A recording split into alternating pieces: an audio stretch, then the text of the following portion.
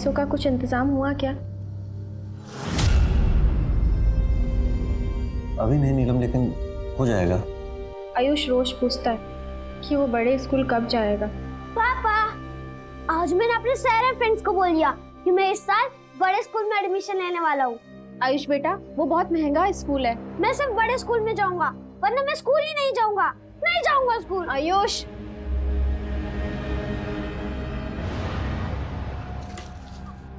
बोला भैया, कागज कलम दो ना हमको। भैया 2 चाय भी दे देना। अच्छा,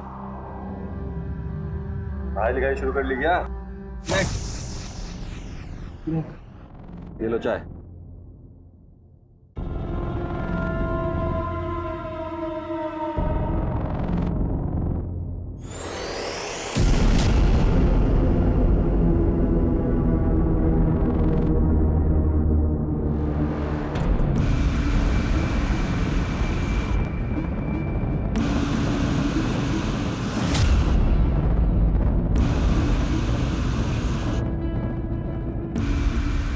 दिलीप, 9 बजे बैंक खुलती है।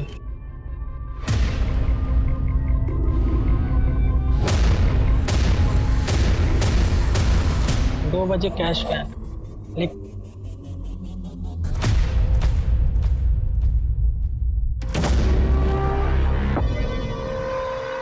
आज भी 1:30 बजे गए खाना खाने।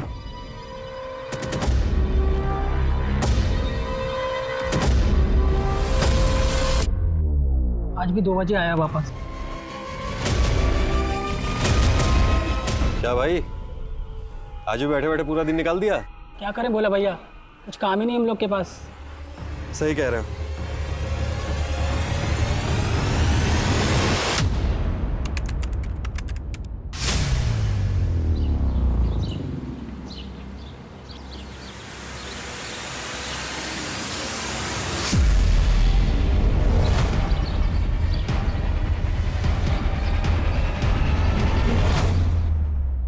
तन्मय,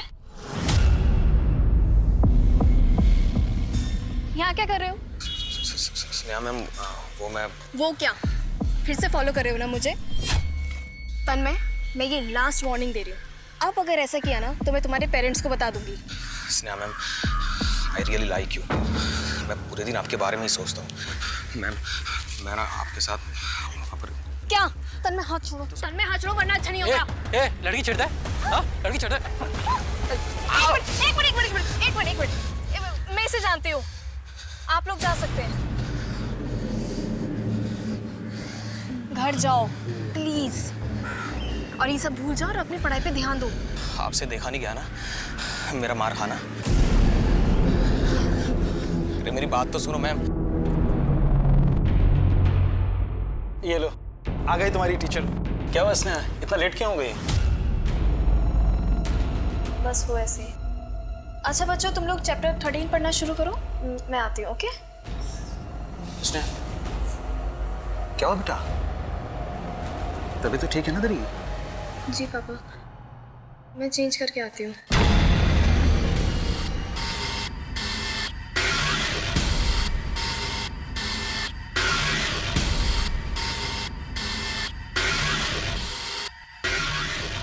डेढ़ बजने को आया, जाता क्यों नहीं है यार?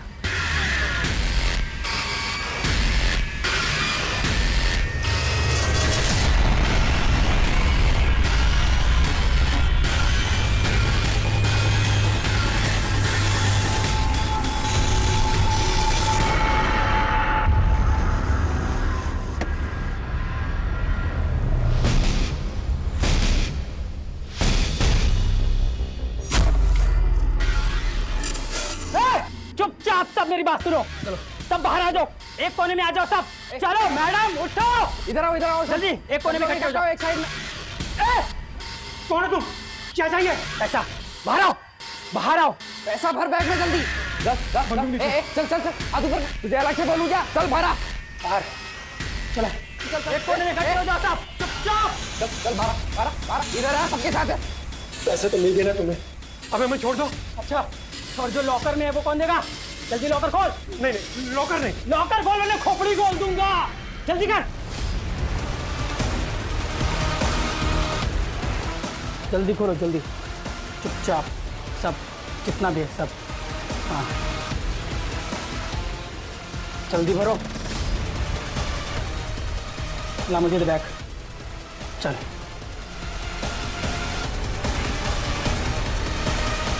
ए, चल।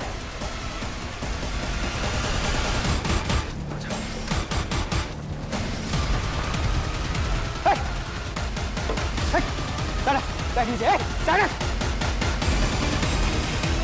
हाथ ऊपर, साइड हो।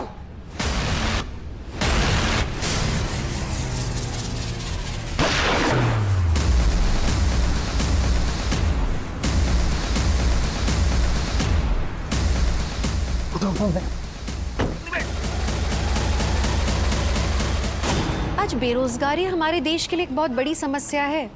जहां गरीब और लोअर मिडिल क्लास नौकरी पाने के लिए संघर्ष कर रहे हैं, वहीं मिडिल और अपर मिडिल क्लास प्रमोशंस के लिए, हायर पैकेज के लिए जूझ रहे हैं।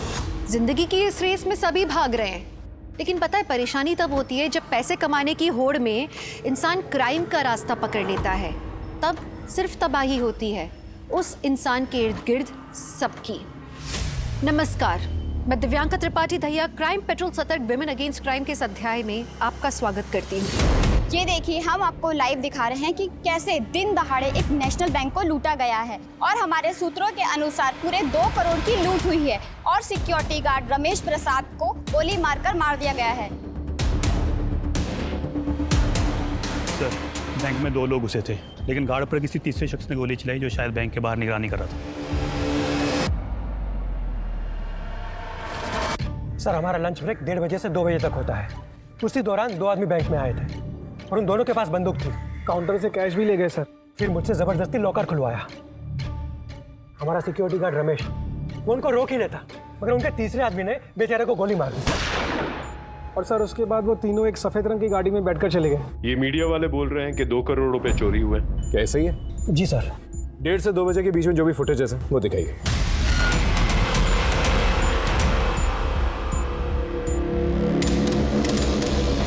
सर, सीसीटीवी फुटेज में गाड़ी का नंबर विजिबल है। तो सफेद गाड़ी के बारे में सारी इंक्वायरी निकाल और वो 3 चोर, उनके फोटोग्राफ सभी जगहों पे सर्कुलेट कर। सर, जिस प्लानिंग के साथ लूट हुई है, लगता तो है वो लोग प्रोफेशनल्स थे। ऐसा भी हो सकता है कि इससे पहले भी किसी क्राइम में इन्वॉल्व रहे होंगे। पॉसिबल है। पिछले हफ्ते की सारी फुटेजेस को स्कैन करो। आई एम श्योर उन तीनों में से कोई एक इंसान बैंक में आएगा बैंक की रेकी करने के लिए। जय सर, सॉरी सर, थोड़ा सा लेट हो गया था। इस पेन ड्राइव में एक फुटेज है, उसमें एक सफेद गाड़ी, उसका पूरा रोड मैप चाहिए मुझे। कंट्रोल रूम से बात करो और ट्रैफिक सिग्नल्स के अंदर जितने भी फुटेजेस हैं उनको स्कैन करो। आप तुम इन तीनों चोरों में से किसी को जानते थे? जी नहीं सर। एक और बात, इन लेजर्स के मुताबिक इन 2 सालों में आपकी बैंक में 15-20 लाख से ज्यादा कभी जमा नहीं हुए। तो ये 2 करोड़ जैसी बड़ी रकम कहाँ से? वो एक्चुअली सर, एक नई पेंशन योजना के चलते उस वीक में काफी कैश जमा हुआ था। इस बात के बारे में और किस किस को पता था? मुझे और हमारे कैशियर अनिल, सिर्फ हम दोनों को। 2 नहीं, 5। आप 2 और वो 3 लुटेरे। जी हाँ सर, आप सही कह रहे हैं। उनमें से एक ने ये बात बोली भी थी। इसका मतलब कोई अंदर का आदमी इन्वॉल्व है इसमें? नहीं सर, ऐसा नहीं हो सकता, क्योंकि मेरा पूरा का पूरा स्टाफ लॉयल है। और आप? जी सर, आप कहना चाह रहे हैं कि इस लूट में मैं शामिल हूं? वो तो इंक्वायरी के बाद ही पता चलेगा।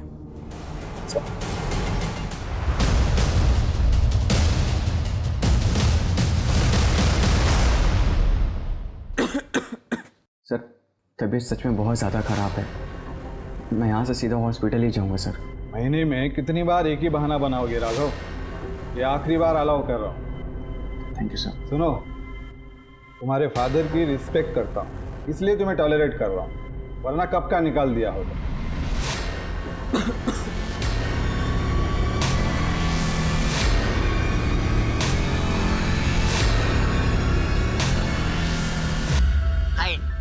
हाय, 3 बजे का बोलकर अब आ रहे हो?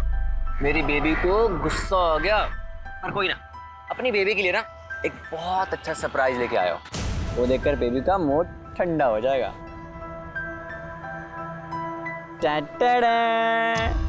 इतना महंगा फोन? इतनी तो तेरी मंथली सैलरी भी नहीं है राघव। स्नेहा, गिफ्ट देने वाले के ना पैसे नहीं, दिल देखा करते हैं। रख ले। नहीं, मैं नहीं रख सकती। Please. I said no. Okay fine. अब भैया आपकी गर्लफ्रेंड है क्या? जी हाँ। एक काम करना, ये गिफ्ट ना अपनी गर्लफ्रेंड को दे देना। वो क्या है ना कि मेरी गर्लफ्रेंड ये गिफ्ट रख नहीं रही है। थैंक यू भैया। नहीं, एक मिनट, क्या कर रहे हो आप ये? प्लीज, आई एम सॉरी, ये मजाक कर रहा था, ऐसा कुछ भी नहीं है।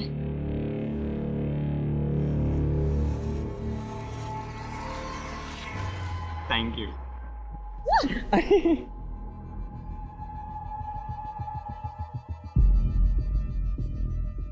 आयुष बेटा, पापा आए क्या? फोन भी बंद आ रहा है, कहाँ चले गए?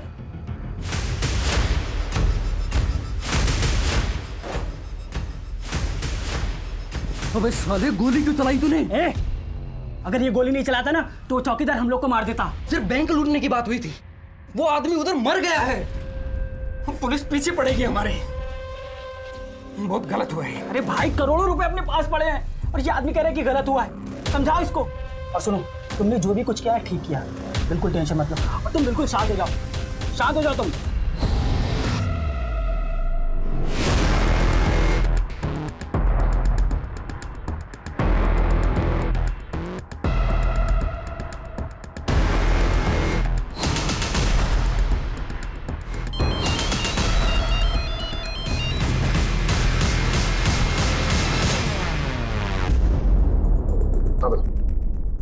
आनंद, कुछ पता चला?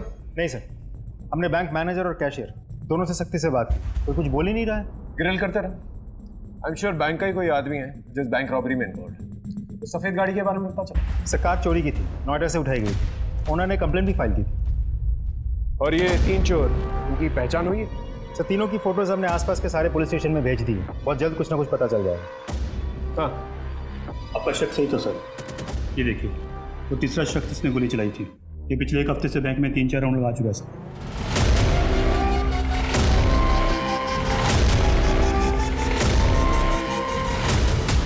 सर, ये पक्का रेकी करने आया हो। लेकिन बैंक मैनेजर सतीश तो कह रहा था इन तीनों में से किसी को जानता नहीं है। मैनेजर साहब को बुला लो, अच्छे से पूछताछ करेंगे उनकी। जी चंदर। जी सर। यान, उस सफ़ेद गाड़ी के बारे में कुछ पता चला? नहीं सर, हाईवे के टोल नाके पर आखिरी बार दिखी थी, उसके बाद से किसी भी सिग्नल पर नहीं दिखी है। लगता है कि वो लोग गाड़ी छुपा करके कहीं पैदल गए हैं। आखिरी बार जहाँ पर वो गाड़ी दिखी थी वहाँ के शॉप्स, घर, CCTV फुटेज सब कुछ खंगाल। ओके, ठीक है सर। सर, हाँ, आपसे कोई मिलने आया है। बुलाओ। Yes sir. ये आपके पति है? हाँ साहब, ये मेरे पति भोला हैं। आप लोग नेशनल बैंक के सामने रहते हैं? हाँ, दरअसल साहब, मैं और मेरा बेटा आयुष घर पर थे और मेरे पति दुकान पर। पता नहीं कहाँ अचानक गायब हो गए। मैं उनको फ़ोन भी कर रही हूँ लेकिन उनका फ़ोन बंद आ रहा है।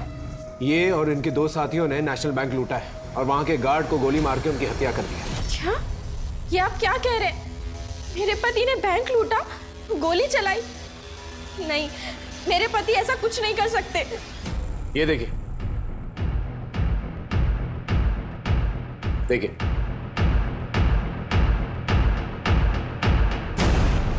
अब यकीन आया आपको? देखिए, अगर आप इनका पता ठिकाना जानती है तो प्लीज बता दीजिए। और इनके साथियों को जानती हैं आप? नहीं साहब, मैं इन्हें नहीं जानती। आपके घर के सामने एक बैंक लूट लिया जाता है, गोली चलती है और आपको पता तक नहीं चला? मुझे पता चला साहब, लेकिन मैं अपने पति को लेकर बहुत परेशान थी, इसलिए मैंने ज्यादा ध्यान नहीं दिया। देखिए, एक सीरियस मामला है। आपके पति पर लूट का इल्जाम है, मर्डर का इल्जाम। मैं अपने बेटे आयुष की कसम खाकर कहती हूँ कि मैं कुछ नहीं जानती। देखिए, हमें पूरा यकीन है कि भोला आपको कांटेक्ट करने की कोशिश करेगी और आप ही के जरिए हम भोला तक पहुंच सकते हैं। इनसे भोला का नंबर लो और सर्विलेंस पे डालो और पता करो कि लास्ट लोकेशन कहाँ थी। जाइए इनके साथ।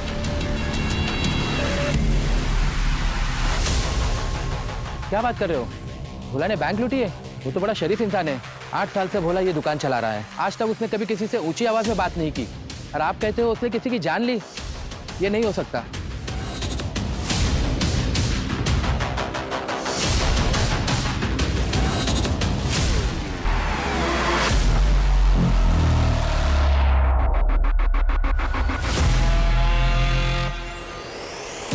ये नोटबुक आपके पति की दुकान से मिला 9 बजे सोमवार को। 2 बार कैश वैन आई, 12 बजे 4 बजे, और शनिवार को बैंक 2 बजे बंद हुआ। आप कहना क्या चाहते हैं? यही कि आपके पति बैंक रॉबरी में शामिल थे। पूरा प्लान लिखा है इसमें, देखिए। साहब, ये मेरे पति की लिखावट नहीं है। तो फिर ये नोटबुक आपके पति की दुकान में क्या कर रही थी?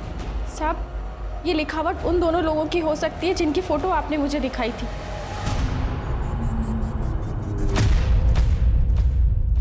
मैंने ज़्यादा ध्यान तो नहीं दिया, लेकिन एक आधा बार हमारी दुकान पर बैठे हुए देखा था उनको। अब अचानक से आपको धीरे धीरे सब कुछ याद आने लगा। देखिए, अभी भी वक्त है, सच बता दीजिए। क्या बताऊं मैं बस इतना जानती हूँ कि मेरे पति निर्दोष है। वो किसी को नहीं मार सकते। साहब, उन्हें फंसाया जा रहा है। ये हमारी बैंक में पहले आया है? मैं नहीं जानता सर। यही नहीं, इसकी दुकान आपकी बैंक के बिल्कुल सामने है। सर, मैं यहाँ का लोकल नहीं हूँ। मेरी पोस्टिंग इस शहर में बस 6 महीने पहले ही हुई है। और सर, मैं भी पिछले 2 महीने से इस ब्रांच में हूँ। कम समय में काफी दोस्त बना लिए आप लोगों ने, और लूट का प्लान भी। नहीं सर, आप गलत सोच रहे हैं। हमारा इस क्राइम से कोई लेना देना नहीं है। तो फिर भोला और उसके साथियों को 2 करोड़ के बारे में कैसे पता चला? इसकी इंफॉर्मेशन तो सिर्फ आप दोनों के पास थी ना। देखिए, सच बोलिए, वरना अगली पोस्टिंग सीधा जेल में होगी। सर, एक बात पता चली है। स्नेहा, कितनी बार पूछ चुका हूँ, बताना क्या प्रॉब्लम है, मैं हूं ना सॉल्व करने के लिए। राघव, तू है मेरी प्रॉब्लम। कभी हमारे फ्यूचर के बारे में सोचा है तूने? हमेशा सोचता हूँ, हम 2 और हमारे 1। चल आइसक्रीम। यार राघव, हर बार मजाक, लेकिन लाइफ मजाक नहीं है। तुम बैंक एक मामूली से एम्प्लॉय हो। मैं अपनी फैमिली में तुम्हें मिलवाऊं कैसे? बोलो। अरे तो स्टार्टअप करने की तो कोशिश कर रहा हूँ ना स्नेहा। 1 साल से सुन रही हूं मैं तुम्हारा स्टार्टअप। कब होगा तुम्हारा स्टार्टअप? देख, तू मेरा मूड मत खराब कर, और दूसरे का गुस्सा ना मेरे में मत निकाल। और इतना प्रॉब्लम था तो मिलने क्यों आई थी मेरे से? हाँ, तुम नहीं समझो। सही है।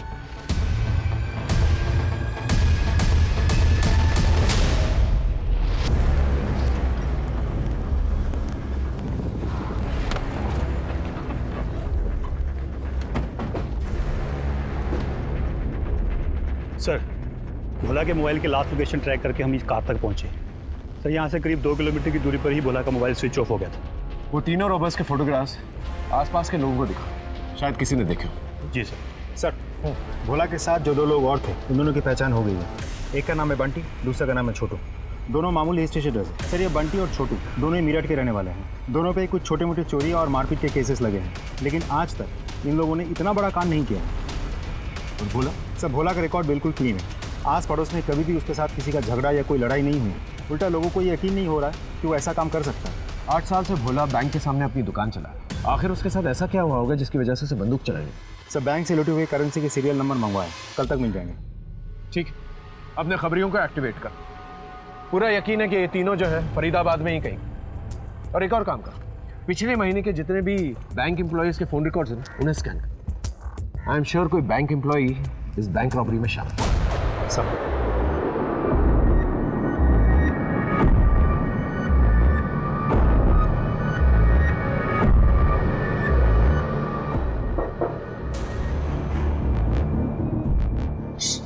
कौन होगा? चुप रहो।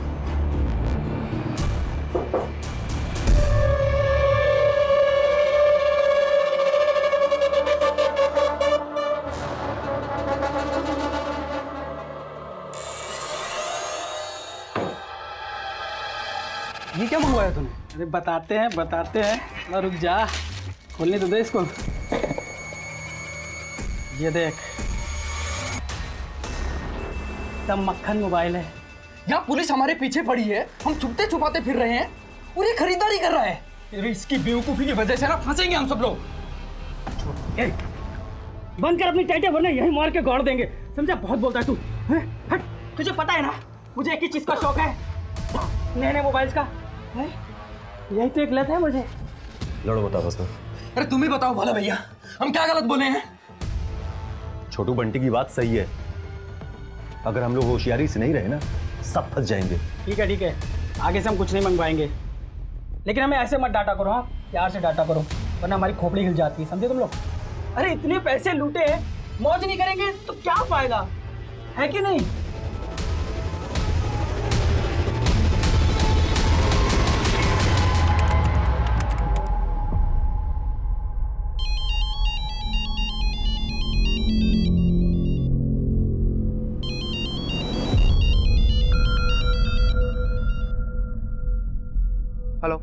रिंग रोड सेक्टर 15 पहुंचो, बड़े काम की खबर है। ठीक है।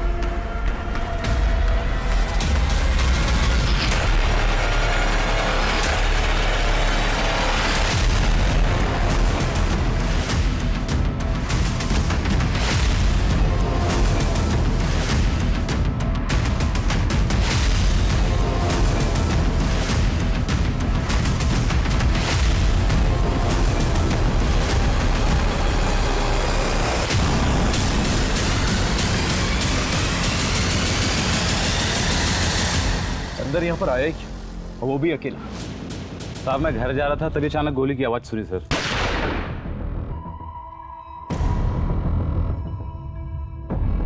किसी को देखा? सर पीछे से भागते हुए देखा, शक्ल ठीक से नहीं देख पाया सर।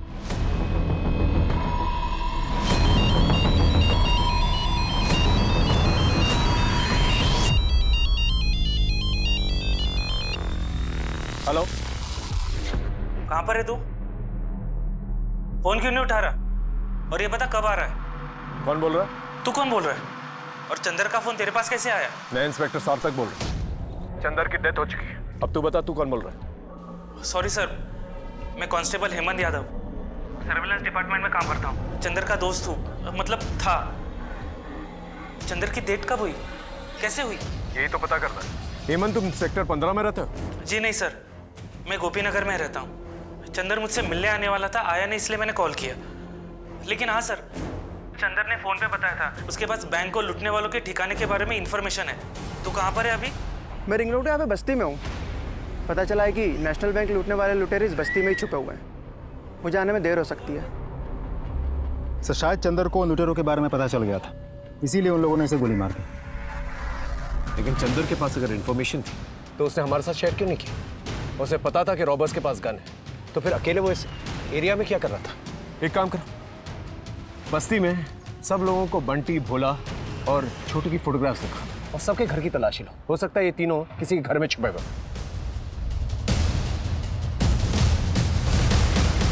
सब अपने को तुर्रम खान समझते हैं। जिस दिन पुलिस के हत्थे तड़ गए ना, तो 2 मिनट में हेगड़ी निकल जाएगी। ताने मत मार, जो बोल रहा है ना मुंह पर सीधा बोल। हाँ तो बोल रहे हैं ना, तुम्हारी लापरवाही ने मरवाया हम सबको, वरना तो हम पता नहीं क्या। वरना तो क्या, देख ज्यादा बोले ना तो खोपड़ी तोड़ दूंगा। ए छोटू, बस कर, हाथ में रह अपनी। चलो।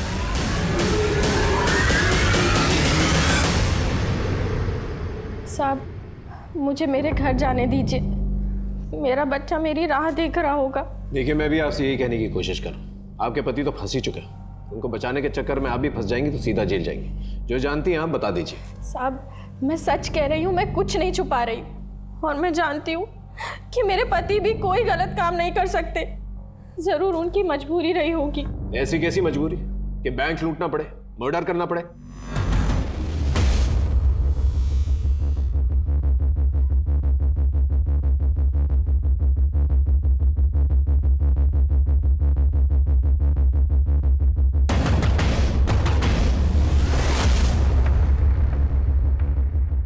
सर इस नीलम का क्या करें? कब तक ऐसे बिठा के रखेंगे? जाने दो, लेकिन उसमें नजर बनाए रख। आई एम श्योर भोला से कांटेक्ट करने की कोशिश करें। राइट सर, मैं हेमंत यादव। ये तीन? नहीं सर, मैंने इनमें से कभी भी किसी को नहीं देखा, लेकिन इनके बारे में कभी भी कुछ भी पता चलेगा मैं आपको जरूर बताऊंगा, क्योंकि चंदर भी मेरा जिगरी दोस्त था।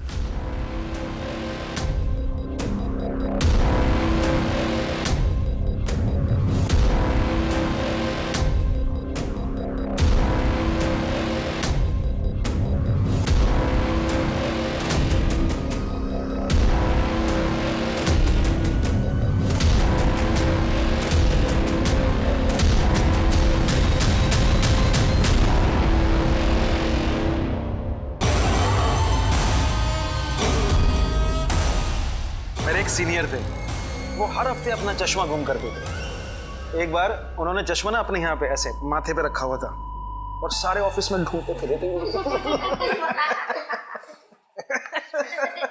अच्छा बच्चों, आज मुझे जरा कुछ जरूरी काम है, तो हम क्लास कैंसिल करते हैं।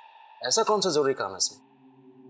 तू कहे तो मैं पढ़ा दूं बच्चों को। नहीं नहीं, उसकी कोई जरूरत नहीं है। ठीक, चलो बच्चों, कल मिलते हैं, ठीक है?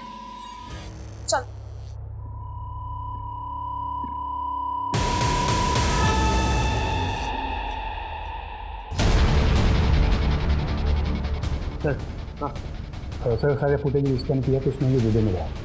ट्रैफिक सिग्नल के फुटेज भी था सर।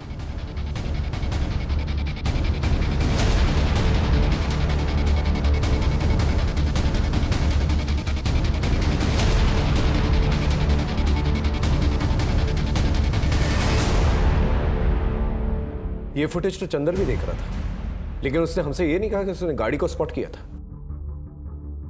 अगर चंदर ने गाड़ी स्पॉट की, रॉबर्स की इंफॉर्मेशन थी उसके पास, तो फिर ये बात उसने हमसे क्यों नहीं बताई? सर हमने बस्ती में तीनों की फोटोज दिखाई, लेकिन किसी ने भी बंटी, भोला या छोटू को नहीं पहचाना। लेकिन चंदर की पोस्टमार्टम रिपोर्ट से एक चौंका देने वाली बात सामने आई है।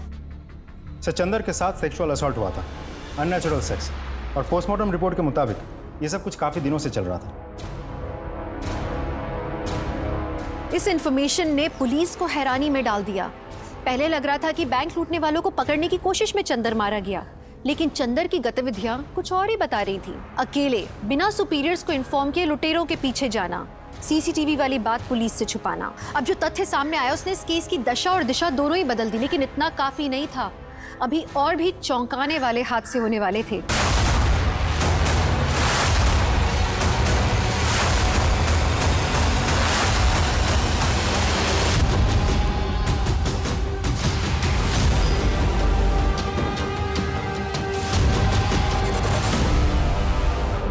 सर गले पे उंगलियों के निशान है, तो शायद मौत स्ट्रैंगुलेशन की वजह से हुई होगी।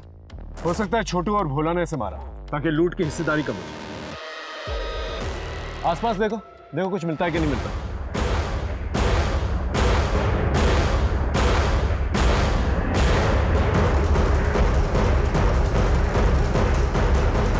टाइम नहीं है। अरे दिमाग लगता है सोचने के लिए। टाइम कहाँ है? अरे पुलिस यार, बुरा पुलिस क्या करे? चलो एक जगह है जहाँ से मदद मिल सकती है। चलो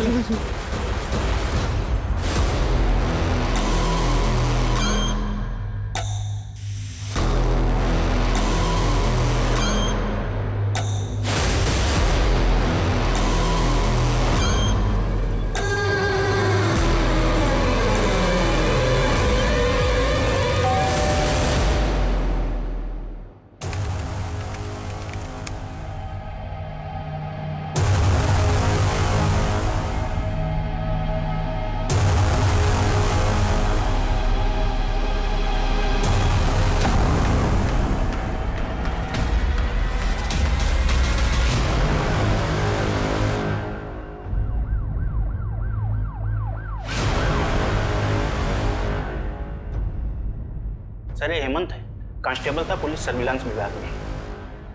मैं इसका मकान मालिक हूँ। कितने दिन पहले बात हुई थी आपकी इससे? सर 2 दिन पहले। सर ये बनारस जाने की टिकट्स बुक कर रहा था। सर ये बनारस का ही है, लेकिन ये बनारस जाने वाला है बताया नहीं। नहीं सर, हेमंत ने कोई छुट्टी गर्दी नहीं दी थी और ना ही मुझे पता था कि वो बनारस जाने वाला था। तुम्हारी 1-2 दिन पहले हेमंत से बात हुई थी? नहीं सर, पिछले 2 दिन से हेमंत ऑफिस नहीं आ रहा था और ना ही वो फ़ोन उठा रहा है। सर मुझे कुछ बड़ी गड़बड़ लग रही है, उसके मौत के पीछे कोई साजिश है। कैसी साजिश? नहीं सर, कुछ दिन पहले हेमंत के दोस्त चंदर की भी हत्या हुई थी। हेमंत भी मारा गया और बनारस जाने की फिराक में था। गिरीश ने जैसे ही चंदर की हत्या के बारे में बताया, मुझे लगा बात आपसे शेयर करनी चाहिए। हो सकता है दोनों मर्डर कनेक्टेड हो। सर कुछ दिन पहले चंदर हेमंत से मिलने ऑफिस में आया था। चंदर तो अपना मुंह बंद रखेगा, अगर कुछ भी बोला ना जान से मार दूंगा मैं तुझे। हेमंत, मैं अब और सहन नहीं कर सकता हूँ। बस अब मैं सबके राज खोल दूंगा। मैं तुझे ऐसा कुछ नहीं करने दूंगा। मेरी नौकरी, मेरी इज्जत, मैं तुझे ऐसे बर्बाद नहीं करने दूंगा, समझा तू? अगर ऐसा कौन सा रास्ता है हेमंत का? जो बाहर आ जाता तो उसकी इज्जत भी जाती तो उसकी नौकरी। सर कहीं हेमंत ही तो चंदर को सेक्सुअली असॉल्ट नहीं कर रहा था? पॉसिबल है, लेकिन जब तक हमारे पास कोई ठोस सबूत नहीं आता हम कुछ प्रूफ नहीं कर पाएंगे। सर चंदर के कॉल रिकॉर्ड चेक किए। जिस दिन वो बैंक लुटेरों को पकड़ने के लिए बस्ती गया, उसके 1 घंटा पहले चंदर को हेमंत का फ़ोन आया था सर। कहीं ये पूरा खेल जो है हेमंत का रचाया तो नहीं? हो सकता है उसने धोखे से चंदर को बस्ती में बुलाया, फिर उसे वहां पर मार डाला और हमें मिसलीड करने के लिए झूठी कहानी बनाई। शायद उसने सोचा होगा कि बैंक लूट के केस की आड़ में अपना क्राइम छिपा लेगा। लेकिन अगर हेमंत मास्टरमाइंड है तो फिर हेमंत मुझसे मारा। हेमंत की कॉल रिकॉर्ड्स कल तक आ जाएगी, हो सकता है कोई क्लू मिले। कहीं हेमंत बैंक रॉबरी में शामिल तो नहीं था? नहीं सर, मुझे नहीं लगता। ऐसा कैसे हो सकता है? अंधेरे में तीर चला रहा। एक काम करो, हेमंत के आस पड़ोसियों को जाकर बंटी, भोला और छोटू इन तीनों के फोटोग्राफ्स दिखा। हो सकता है तीर निशाने पर लग जाए। राघव, सॉरी कहने से कुछ नहीं होगा। प्लीज मुझे कॉल करना बंद करो। स्नेहा, मैं प्रॉमिस करता हूँ आज के बाद मैं तुम्हें कभी नहीं कॉल करूँगा। बस प्लीज एक बार मिल लो स्नेहा। या फिर वही बात, मैं पहले से ही बहुत परेशान हूँ। प्लीज मुझे तंग मत करो। स्नेहा प्लीज, बहुत अर्जेंट बात करनी है तुमसे। प्लीज एक बार मिल लो। मैं प्रॉमिस करता हूँ आज के बाद मैं तुम्हें कभी कॉल नहीं करूँगा। बस एक बार मिल लो प्लीज।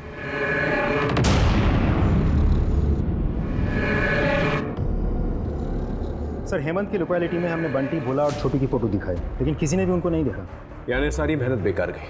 नहीं सर, ऐसा नहीं है। भोला के बारे में एक बहुत इंटरेस्टिंग खबर पता चली। क्या? साहब, हम अपने बेटे आयुष का दाखिला बड़े स्कूल में करवाना चाहते थे, लेकिन पैसे नहीं जुटा पा रहे थे। लूट के 3 दिन पहले आपके पति ने किसी साहूकार से 1.5 लाख रुपए उधार लिए थे और उसी के जरिए उसने आपके बेटे की फीस भरी थी। ये देखिए। 1.5 लाख रुपए? इतनी बड़ी रकम उधार ली? जी हाँ, वो भी भारी इंटरेस्ट में। इससे एक बात क्लियर हो जाती है कि वो लूट की रकम से ये कर्जे की रकम को लौटाना चाहते थे। आपका पति भोला इतना भी भोला नहीं था। आप मेरे पति को मुझसे ज़्यादा जानते हैं क्या? साहब, ये पैसे उधार लेना, बैंक लूटना और गोली चलाना, ये सब मेरे पति से कोई करवा रहा है। साहब, मुझे लगता है कि मेरे पति बहुत बड़ी मुसीबत में है। आप उनको ढूंढ निकालिए, सारा सच सामने आ जाएगा। हेलो, हेमंत की कॉल रिकॉर्ड्स आ गई। उसमें एक लड़की का नंबर है जिससे हेमंत पिछले कुछ दिनों से टच में था। लड़की का नाम क्या? सर, उस लड़की का नाम स्नेहा है और आज सुबह उसकी लाश मिली।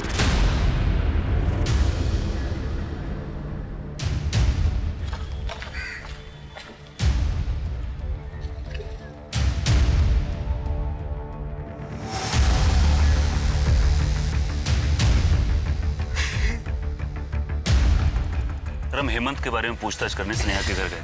पता चला वो पार्क में जॉगिंग करने गई, उसका फोन भी बंद, और जब यहाँ आए तो शक्ल एसिड से जलाई गई है। स्नेहा का अफेयर था किसी के साथ? क्योंकि ऐसी हरकत कोई दिलजला आशिक ही कर सकता है। सर, हम पार्क में और लोगों से पूछताछ कर रहे हैं। हो सकता है किसी ने स्नेहा को किसी के साथ देखा हो। ठीक है, मैं तुम्हारे सीनियर से बात करता हूँ। कहीं ना कहीं ये केस और हमारा केस कनेक्टेड लगता है। उनसे कहता हूँ कि ये केस हमें ट्रांसफर कर दें। सर, मैं जानता हूँ एक नाजुक मौका है, लेकिन हमें अपनी ड्यूटी करनी होगी। ये हेमंत एक पुलिस कांस्टेबल था। इसके मरने से कुछ दिन पहले आपकी बेटी स्नेहा इससे मिली थी। क्या आप इसे जानते हैं? मैंने इसे कभी नहीं देखा। जहाँ तक मेरी बेटी की मौत का ताल्लुक है, मैं सिर्फ इतना जानता हूँ सर कि मेरी बेटी को उस तन्मय ने मारा। कौन तन्मय? मेरी बेटी के पास ट्यूशन पढ़ने आता था। इसकी नीयत ठीक नहीं थी सर। मेरी बेटी को हमेशा फॉलो करता था। मेरी बेटी बड़ी परेशान थी उससे, उसी ने मारा है सर मेरी। हाँ सर, मैं स्नेहा मैम का पीछा करता था, लेकिन मैंने उनको मारा नहीं है। देखो तन्मय, तुम स्टूडेंट हो इसलिए प्यार से पूछो, वरना और भी तरीके हैं हमारे पास मुंह खुलवाने के। सच सच बताओ। नहीं सर, मुझे मारना मत। मैंने तो कई दिनों से स्नेहा मैम का पीछा करना ही छोड़ दिया था, जब से उस पुलिस वाले ने मुझे डराया था। पुलिस वाला? हाँ सर। स्नेहा मैम, ये आपकी। उस दिन की मार खाकर भी नहीं सुधरे तुम। मैम, आप नाराज क्यों हो रहे हो? मैं तो बस थोड़ी देर बैठना चाहता था आपके साथ। ए मजनू, क्या कर रहे थे? अभी मूंछ के बाल नहीं निकले, लड़की के साथ छेड़खानी कर रहा है? ले चलो थाने। नहीं सर, मैं जा रहा हूँ। ऐसे कैसे जा रहा हूँ? सबक सिखाना पड़ेगा ना। चल, उठक बैठक निकाल। उठक बैठक लगा, चल।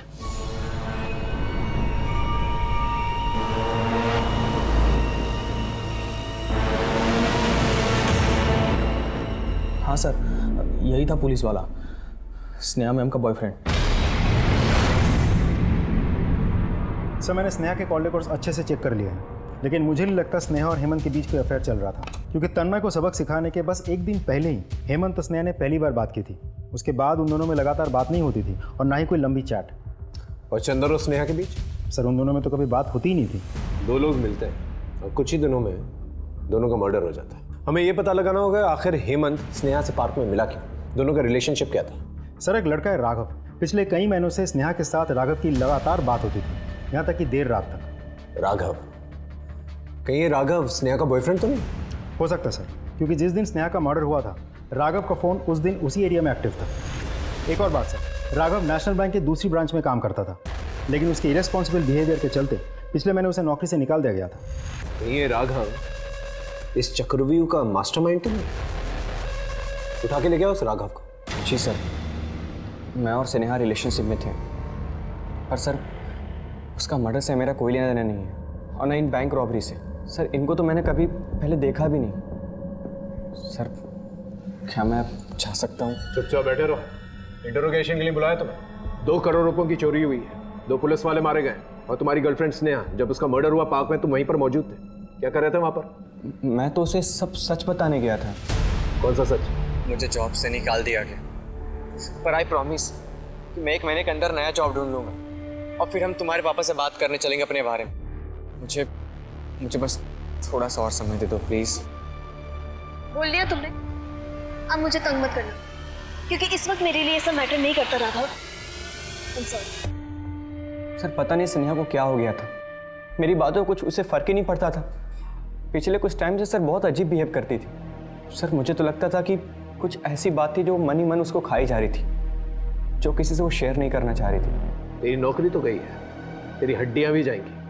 सच सच बता, तुझे शक था ना कि हेमंत और स्नेहा का अफेयर चल रहा है, इसलिए स्नेहा को मार दिया, उसका चेहरा जला दिया? कौन हेमंत? मैं तो उसे जानता भी नहीं। सर स्नेहा को मैंने नहीं मारा।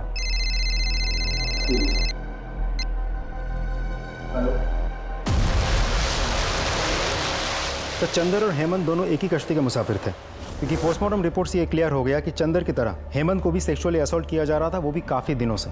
और अब तक हम ये समझ रहे थे कि हेमंत ने चंदर को एक्सप्लॉइट किया, जबकि हेमंत खुद ही एक विक्टिम है। कहीं स्नेहा के साथ भी? नहीं सर, स्नेहा की पोस्टमार्टम रिपोर्ट से हमें ऐसा कुछ भी नहीं पता चलता। कुछ समझ में नहीं आ रहा है, आखिर इस केस में चल क्या रहा है?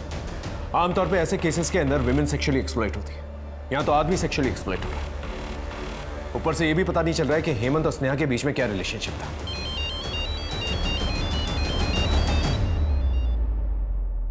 हेलो नीलम,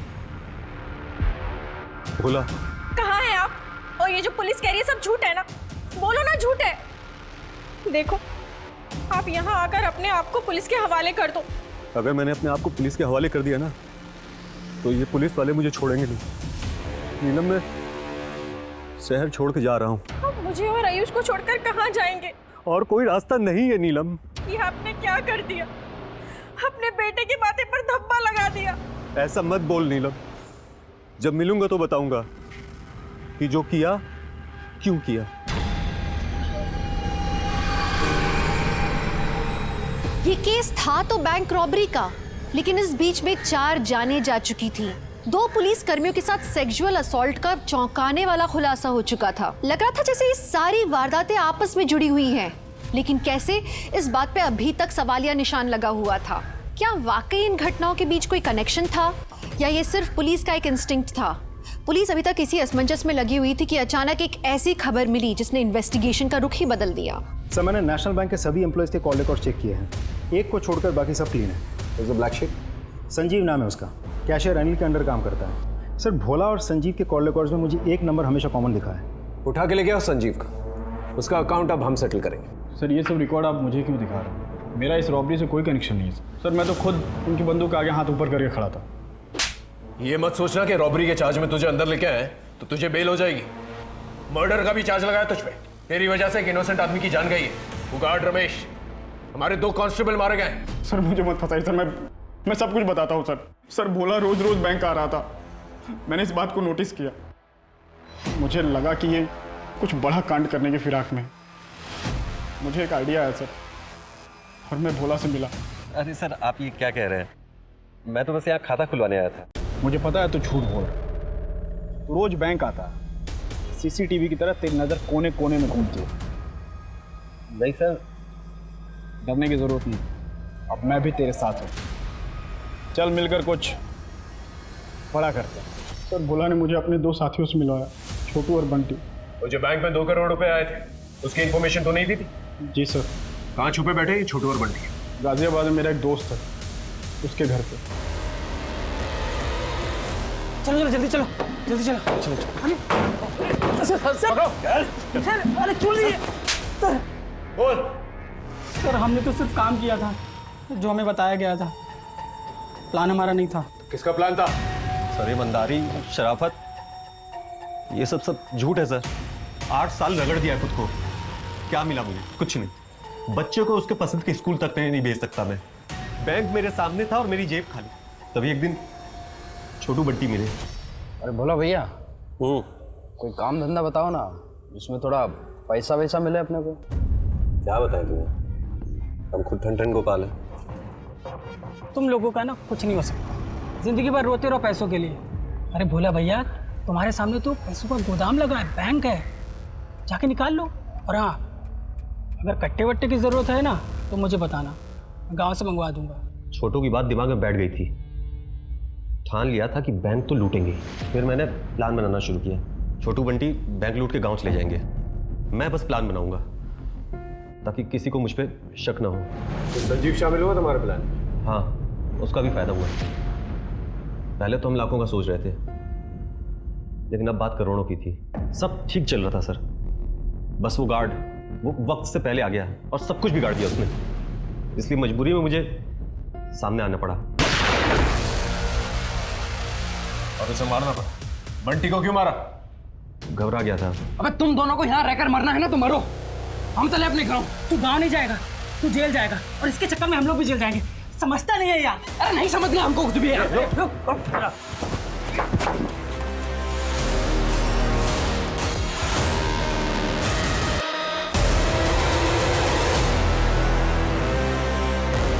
कांस्टेबल चंदर को क्यों मारा? कांस्टेबल चंदर? सेक्टर 15 में रहते हो ना तुम लोग, वहां पर मिलने आया था तुम लोग। सेक्टर 50? सर हम तो वहाँ कभी नहीं रहे। तो झूठ मत बोलो वरना। अरे सर झूठ काहे बोलेंगे? गार्ड को मारा तो बता दिया, बंटी को मारा तो बता दिया। अगर उनको भी मारते तो बता देते सर। पैसे का? सर पैसे हमारे पास नहीं है। तो फिर किसके पास है? सर वो आप ही के डिपार्टमेंट के एक पुलिस वाले हैं। आपसे पहले उन्होंने हमें ढूंढ लिया था, उन्होंने हमसे सारे पैसे ले लिए और एहसान में हमें छोड़ दिया। कौन है वो पुलिस वाला? नाम तो नहीं पता, लेकिन इसकी गलती से पहुंचे थे वो हम तक। इसने मोबाइल ऑर्डर किया था ऑनलाइन।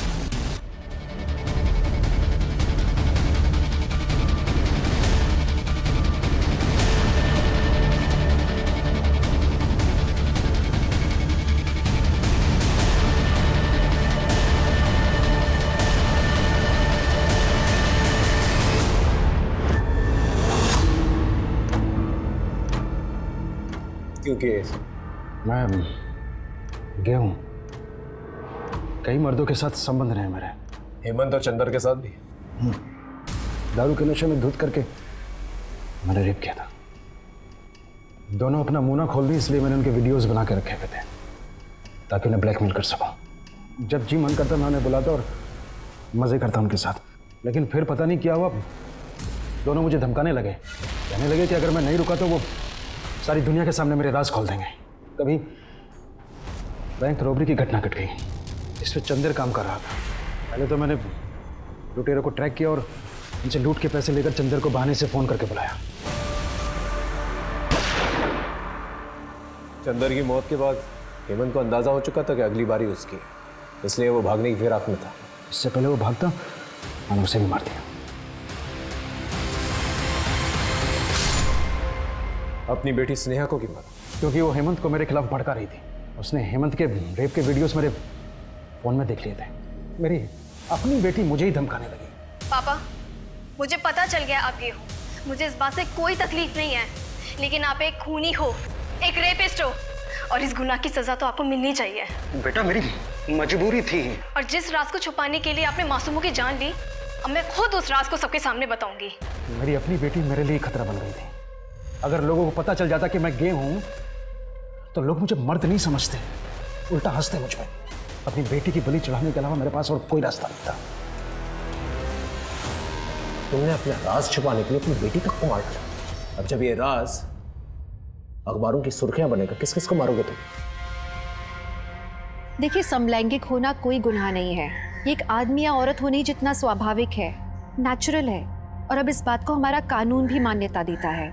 मैं समझती हूँ हमारे समाज का एक बहुत बड़ा ऐसा तबका है जो LGBT राइट्स के बारे में खुल के बात नहीं करता है, जो इनको इनफैक्ट समझता भी नहीं है। नवीन ने जो किया वो बिल्कुल ठीक नहीं था।